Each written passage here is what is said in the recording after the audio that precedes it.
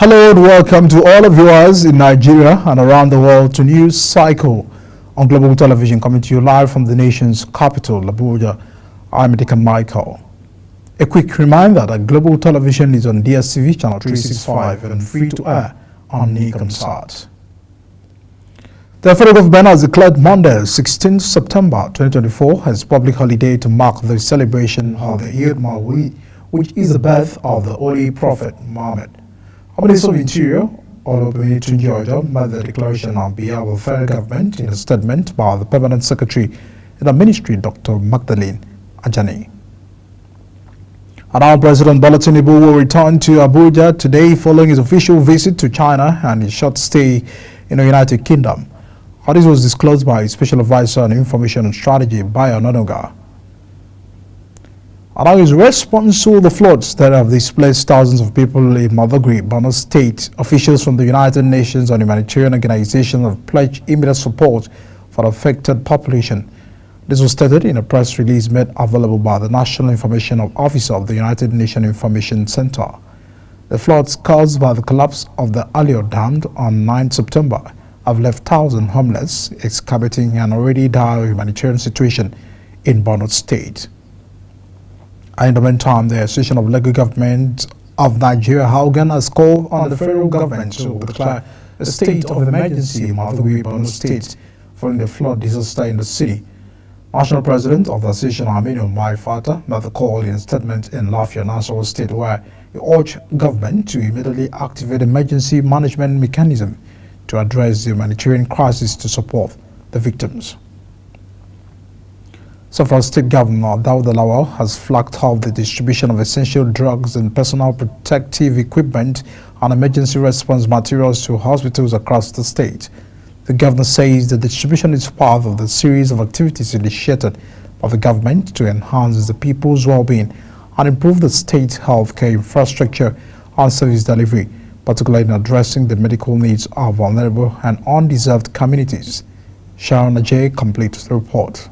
The distribution of over 1 billion naira worth of drugs and emergency response materials to hospitals across the state is a significant initiative aimed to bolster the healthcare system and ensure that the medical facilities are adequately equipped to handle emergencies and provide essential care to the population. The governor of Zamfara State, Dauda Lawal, while flagging off the distribution of drugs, explained that the decision to provide the drugs and emergency response materials is a proactive measure to improve patient outcomes by ensuring healthcare facilities are well stocked.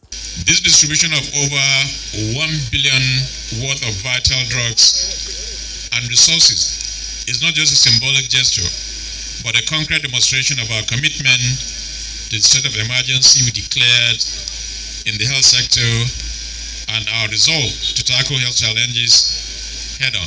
Zamfara State Commissioner for Health, Dr. Aisha Anka, says the medical supplies are crucial in the fight against health crisis and disease outbreaks.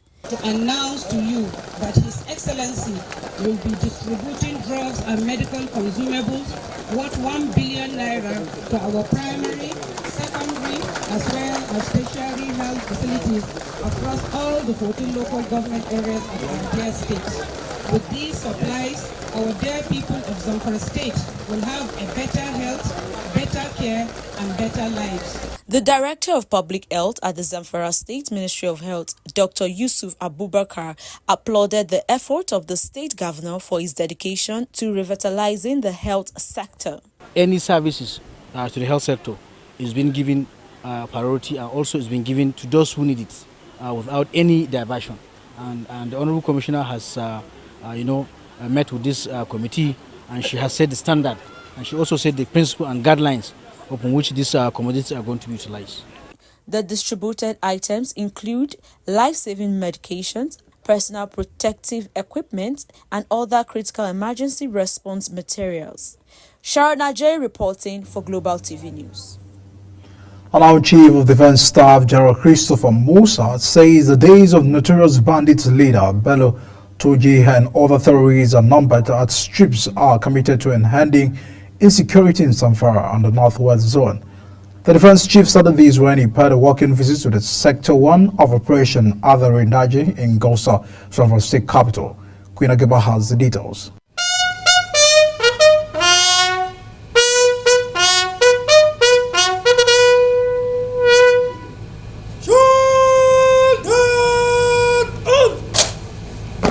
Zamfara is one of several states in northwestern Nigeria terrorized by heavily armed gangs who carry out mass abductions for ransom, as well as burning and looting homes. The Nigeria Chief of Defense Staff, General Christopher Musa, is in Zamfara State for one-day operational visit to the 1 Brigade of Nigerian Army and Sector 1 Northwest Operation Hadarin Daji. He first paid a courtesy visit to the state governor, Dauda Lawal, and announced that a joint military theatre operation codenamed Operation Fansanyama Northwest will be established to tackle the spread of insecurity in the region. He added that additional helicopters and other fighting equipment will be deployed to the state. Not tell you what we are putting in place, but definitely reactions have been there. Those areas have been monitored and adequate actions will be taken accordingly. And it's not only him. All other commanders very soon, just like the way today, yesterday night, will be able to take out Halilu himself. We're coming after all of them one by one. The good thing for them is any of them who is smart enough should leave the country. But as long as he remains on the foot of Nigeria, he's not going to last longer than necessary. The Chief of Defense Staff also announced the killing of Halilu Sububu, a wanted bandit leader operating in western Zamfara, and a cash reward for the troops who carried out the recent operation that led to the death of the wanted bandit leader. The Zamfara State Governor, Dauda Lawal, appreciated the efforts of the security agencies in the state, adding that if Zamfara State can be rid of banditry, 70% of the security challenges in northern Nigeria will be solved. In the northeast too, we had civilian JTF, we were trained, they were profiled by the DSS and the police, and were deployed with our men, and they operated together. And that is what we're going to employ.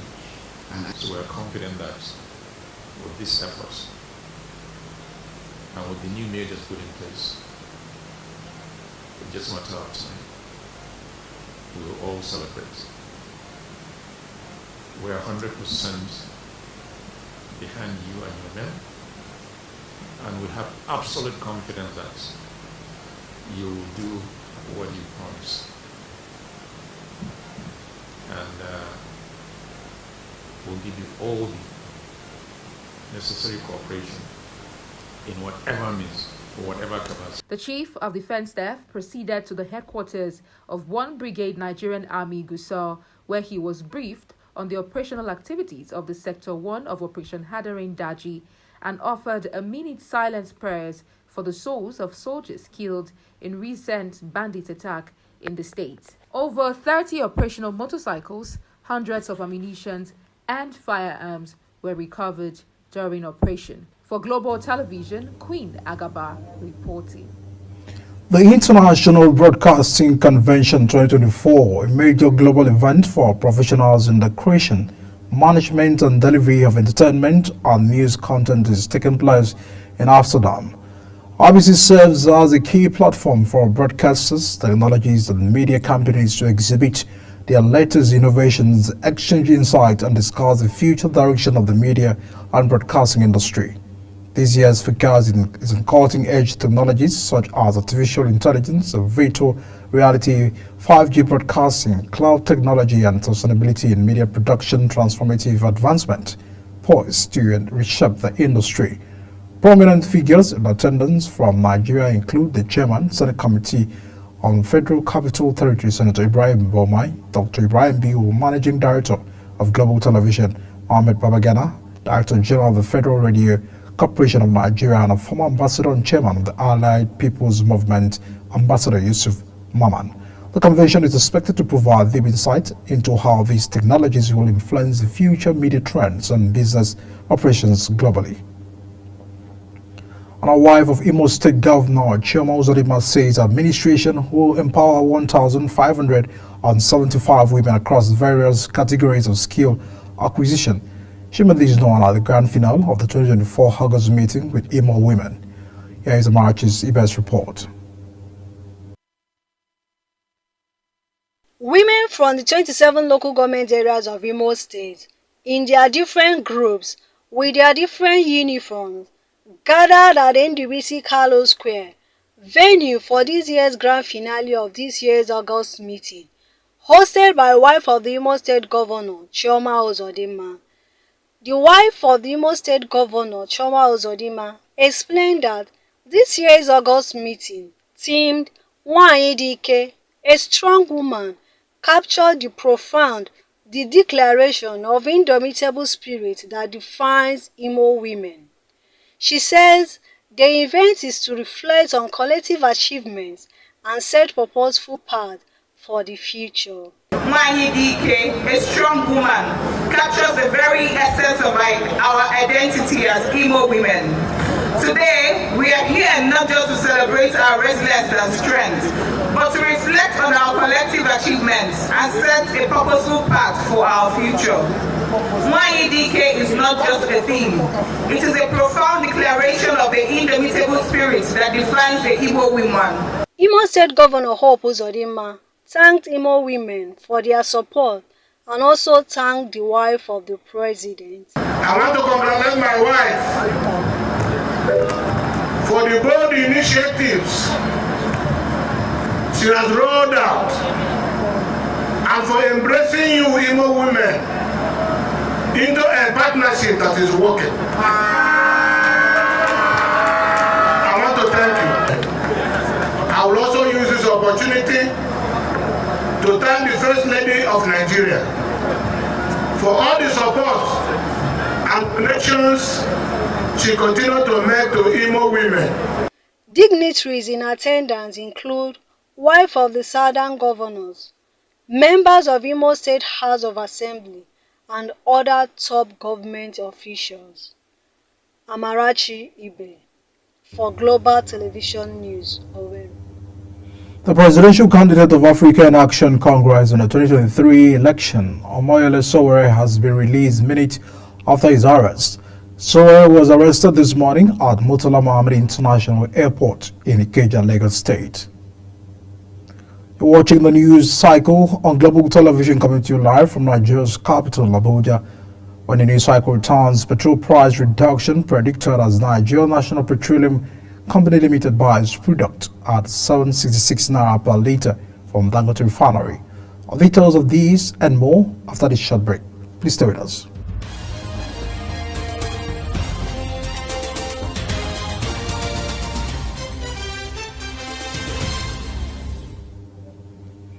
This is News Cycle. Many thanks for staying with us on the news. And now to business. Dangote Petroleum Refinery says trucks owned by the Nigerian National Petroleum Company Limited have commenced loading premium motor spirit, also known as petrol, at its gantry.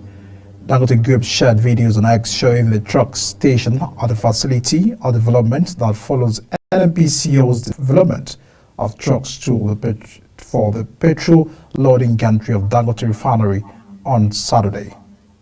In a related development, marketers have demanded direct access to premium motor spirit, also called petrol, from Dangote Refinery, criticizing the firm grip of the Nigerian National Petroleum Corporation on the market.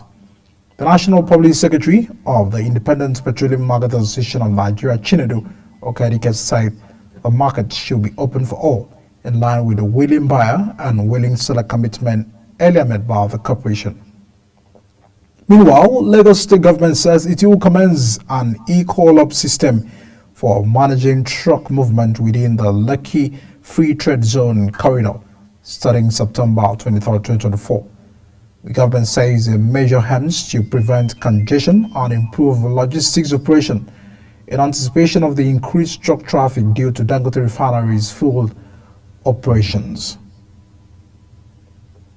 Now more on business issue. Economic Right and Accountability Project SERAP has filed the lawsuit against President Bola Tinubu over what it calls his government's alleged failure to direct the Nigerian National Petroleum Company Limited to reverse the apparently unlawful increase in the pump price of petrol and to probe the allegations of corruption and mismanagement in the oil company. Joining the suit as respondent are the Attorney General of the Federation and the Minister of Justice, Lateef Fagbemi, and the NNPCL. Uganda Airlines has launched direct flight from Abuja to Entebbe, a city in central Uganda, The airlines made these known at the inauguration, which took place at the inauguration. We'll go on a break, and once returned, the news continues. We are not there. Everything went off. Oh, really? Everything went off. The power could not. Oh.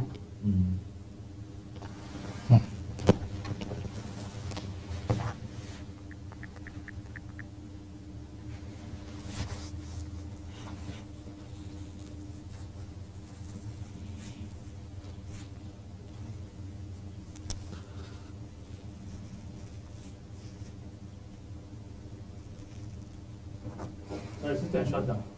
I'll tell you.